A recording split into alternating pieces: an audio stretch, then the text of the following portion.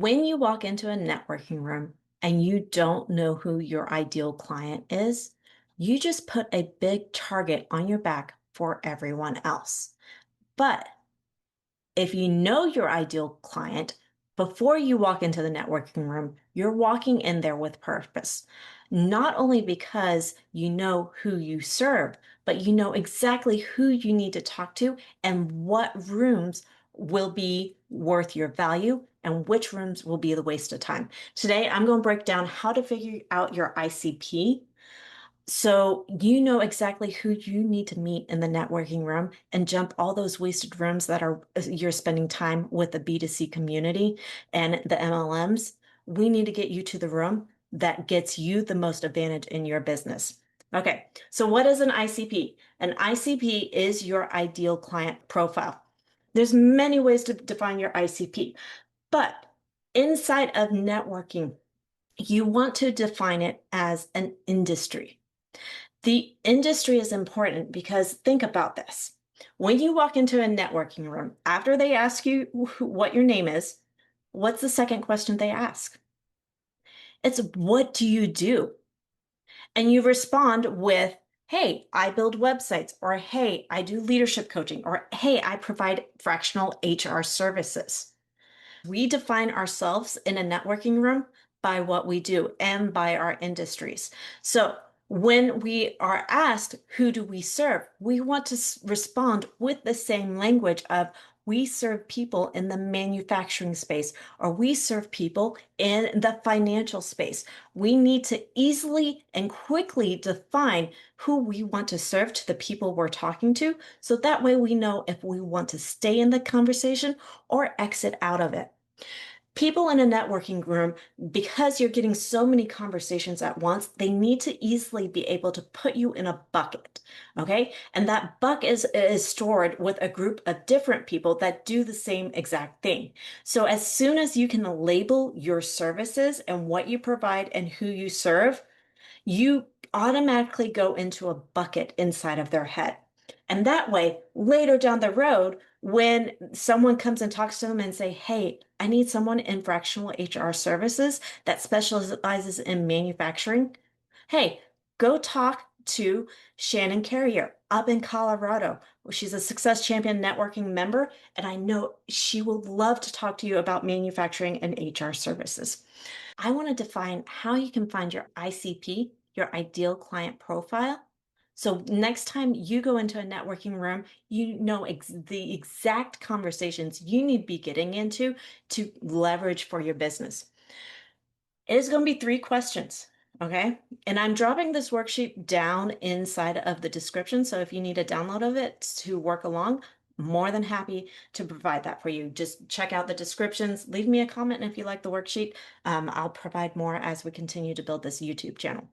I want to equip you with how you know who your top 3 ICPs are in your business. A lot of people say nowadays, I serve everyone. I am industry agnostic. And that's the most annoying answer you can give inside of a networking room because you don't identify as anyone.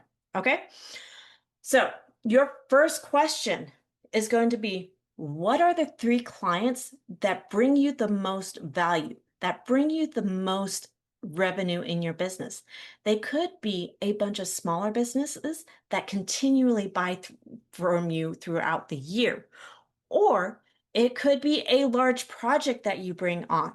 The problem with large projects is if you don't have a retainer in place afterwards, that revenue is going to die off. So I want you to look at both categories. Who brings me in the most sales during the years that is continually buying from me, but also who are those big monster whales that you can bring in to kind of push that revenue up. Once you write the people's names down, I want you to write the industry that they are in. Okay. We don't have to just start with industry. We can start with the client's name because that's what we're most familiar with. And then we flip it into industry. Your next question is going to be industry focus, and it's going to be, in which industry do you sell most to? And I want you to give your top 3 industries, whether it's manufacturing, whether it's construction, whether it's home and residential. Pick your top 3 people that you are selling to and write them down. Now, your last one is going to be, who are your 3 clients that are the easiest and most enjoyable to work with? I want you to write their names and then flip it to the industries.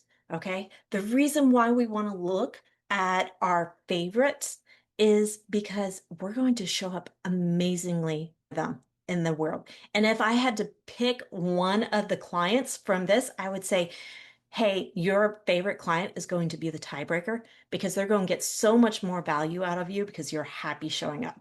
Now, once you get those, each client gets 1 point, or each industry gets 1 point. Add those points up, and whichever industry has the most points, that's where your focus needs to go. And that's what you need to be saying inside of a networking room. So if your focus is legal, say you're a website agency and you're going after legal services to build websites for a legal agency. Now, when you go into a networking room, you can say, hey, I am so and so. I build websites for legal services. I would love to connect with other companies that also work in legal services. And they will go, oh, I know. You should go talk to Mario Wilson. He is a videographer that is focusing on legal services. And oh, by the way, they will complement your business very well because they're always putting videos on websites. When you go directly at the client and say, I need to introduce to someone in legal services, what that person is going to do is they're going to step back and be like, hell no, I'm not introducing you to my client. But when you go about it and ask for an introduction to someone who also works within the same industry, they're going to sit back and you will see their body physically relax and say, huh, do I know anyone that also works with attorneys that I can answer to you?